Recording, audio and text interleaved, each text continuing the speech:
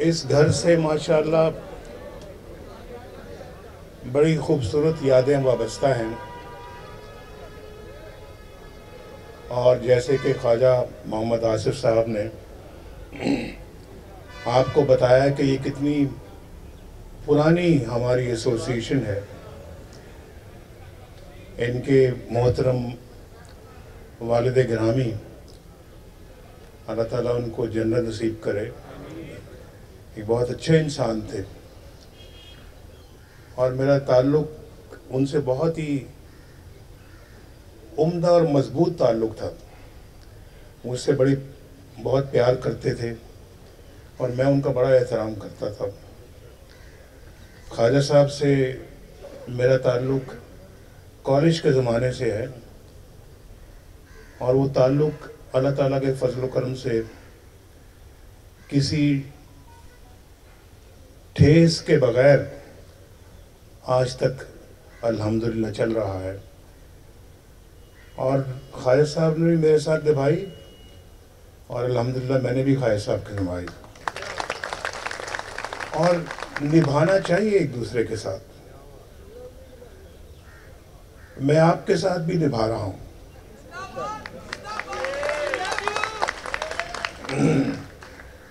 अपनी कौम के साथ भी निभा रहा हूँ और बहुत मुश्किल वक्त देखे, इक़्तिदार भी देखा और इख्तलाफ भी देखा। इक़्तिदार में भी रहे, हस्ब इख्तलाफ में भी रहे और दोनों बराबर बराबर चलते रहे।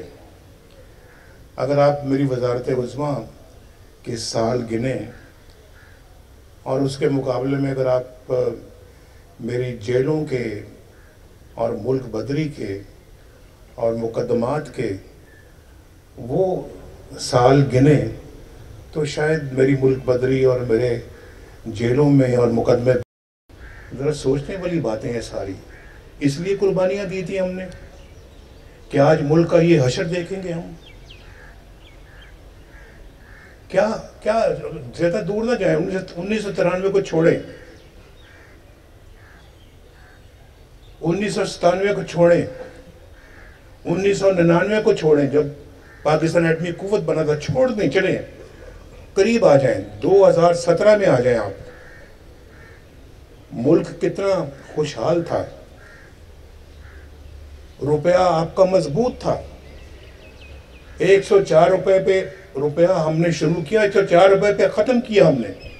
एक पैसे का फ़र्क नहीं आया डॉलर के मुकाबले में। और पाकिस्तान में महंगाई नाम की कोई चीज़ नहीं थी। बोलो मैं ठीक कह रहा हूँ गलत कह रहा हूँ? आटे का रेट आपको पता है, रोटी 4 रुपए में मिलती है, आपको मालूम है। बाकी चीज़ें मैं बार बार नाम नहीं लेना चाहता, लेकिन हर चीज़ आपकी पहुंच में थी। और पाकिस्तान सी पैक पे तेजी के साथ सी पैक लग रहा था। लोड शेडिंग का खात्मा कर दिया हमने, दहशतगर्दी का खात्मा कर दिया हमने और पाकिस्तान जो है वो तरक्की की रफ्तार तेज से तेज होती चली गई। हमारी स्टॉक एक्सचेंज दुनिया की बेहतरीन स्टॉक एक्सचेंज में शामिल हो गई और यहाँ बेरोजगारी का रोज बरोज खात्मा होता चला जा रहा था। लोगों को रोटी मिल रही थी, इलाज मुआवजे की सहूलतें थी, गरीबों को कोई रोटी की परेशानी नहीं थी, बच्चे स्कूल जाते थे, उनकी उम्मीदें बढ़ती चली जा रही थी कि आइंदा हमारा मुस्तकबिल और रोशन होगा। यकायक क्या होता है, क्या होता है, किसी को बिल्कुल ऐसे जैसे कुल्हाड़ा चला दिया, अच्छा भला हंसता बसता मुल्क उजाड़ दिया। क्या जरूरत थी हमारे खिलाफ साजिश करने की और क्या जरूरत थी उस वक्त के जजों को हमारे खिलाफ फैसला देने की कि नवाज शरीफ ने अपने बेटे से तनख्वाह नहीं ली, लिहाजा छुट्टी, जाओ घर।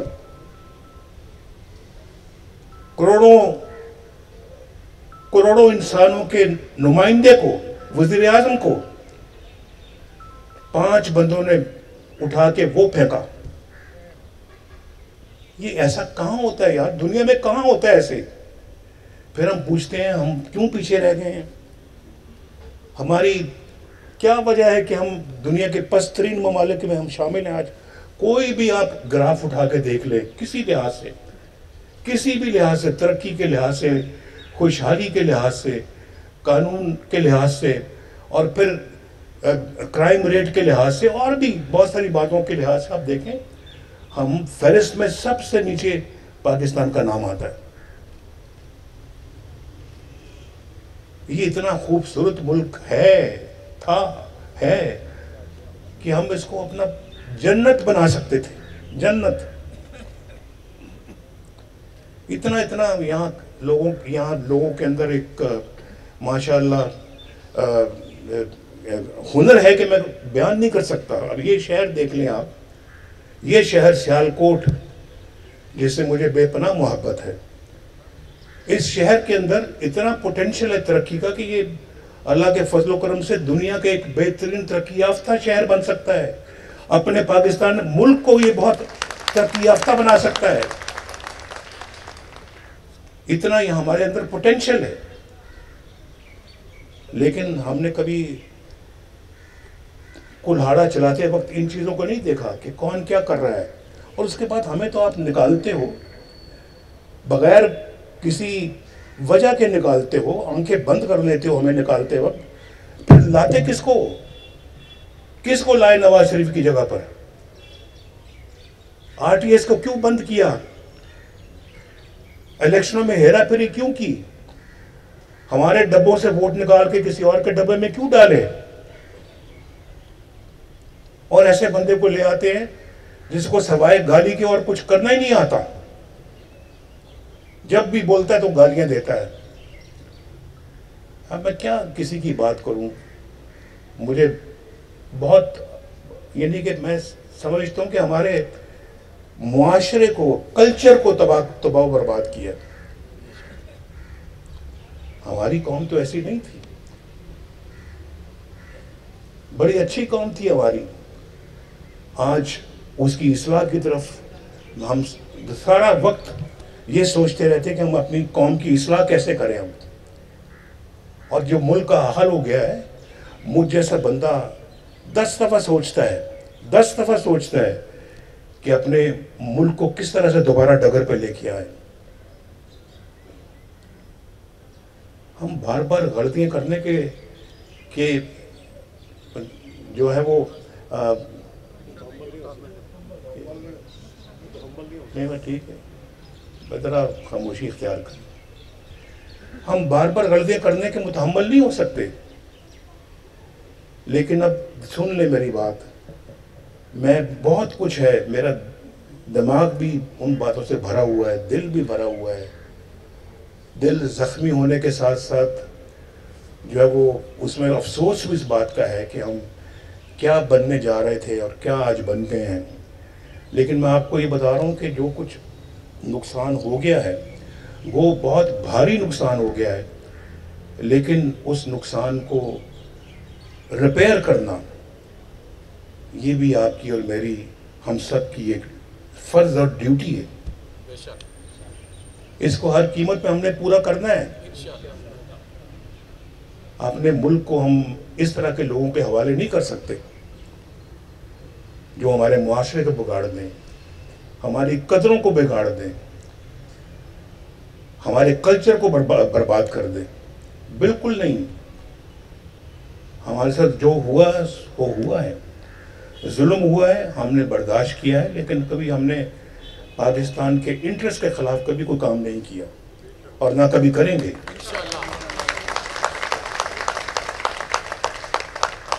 ये बड़ा कीमती मुल्क है भाई, कीमती, हमने बर्बाद तो किया लेकिन बड़ा कीमती मुल्क था ये हमारा, बड़ा कीमती मुल्क है। हम इसको समझें, इस बात को समझें। जो पिछले 70 साल में अपने इस मुल्क के साथ जो किया है, अल्लाह ना करे कोई भी अपने किसी भी मुल्क के साथ ऐसा करे। और हम खुद इसके जिम्मेदार हैं, खुद ऐसे बंदों को लाने के भी हम खुद जिम्मेदार। वो आया नहीं था, वो लाया गया था। लाने वाले भी उतने ही जिम्मेदार हैं जितना वो खुद जिम्मेदार है।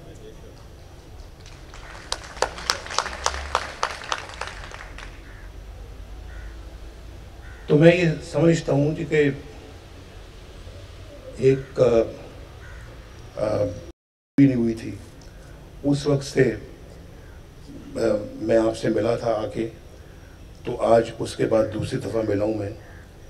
और मैंने मोटरवे की बात यहाँ बैठ के की थी और देख लो मोटरवे बन गई अल्लाह के फजल करम।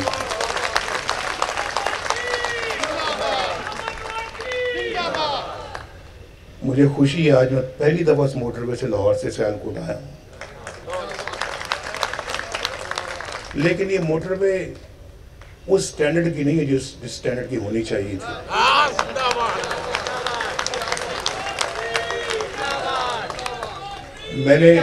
मैंने ये बात खालिद साहब से भी की है कि मुझे तवक्को नहीं थी कि ये मोटरवे इस तरह की बनेगी।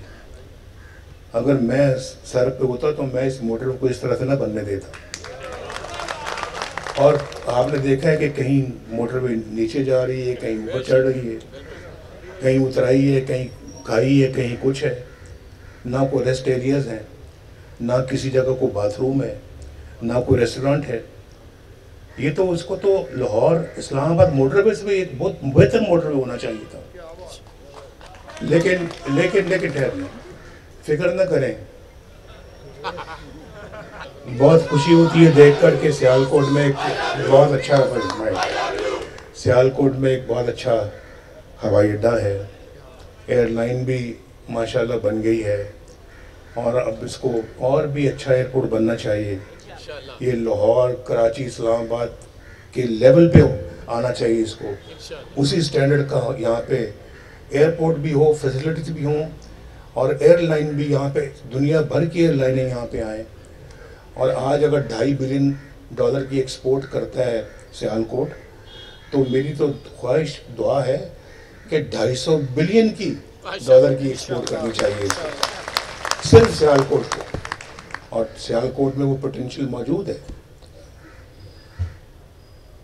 तो इंशाअल्लाह अस्तर नौ तामीर करेंगे पाकिस्तान की। लेकिन आपने गलती फिर नहीं करनी दोबारा। अगर कोई गलती करेगा नहीं, अगर गलती को करेगा तो पकड़ना भी आपने उसको। इंशाल्लाह कह रहे हैं ना।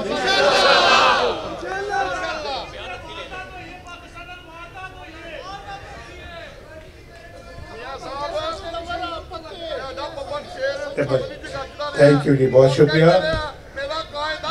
शुक्रिया आपका जी। इंशाल्लाह अभी मुझे बड़ी उम्मीद है कि फिर इलेक्शनों के अंदर आपसे मुलाकात होगी।